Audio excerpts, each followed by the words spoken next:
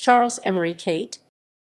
Charles Emery Cate (1831–1916) was the 19th century developer of Hammond's Crossing, which became Hammond, Louisiana, USA. Originally from New England, Cate donated $500, bricks and lumber, and the land for the construction of the city's oldest church, Grace Memorial Episcopal Church, and established a factory in Hammond for the manufacture of shoes worn by the Confederate troops during the American Civil War.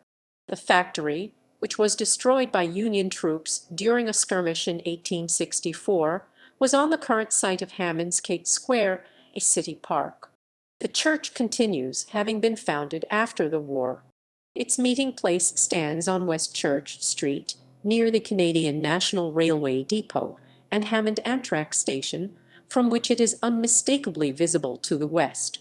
Charles Emery Cate is the eponym for Cate Street in the city center historic district, and the Charles Emery Cate Teacher Education Center (inset) at Southeastern Louisiana University.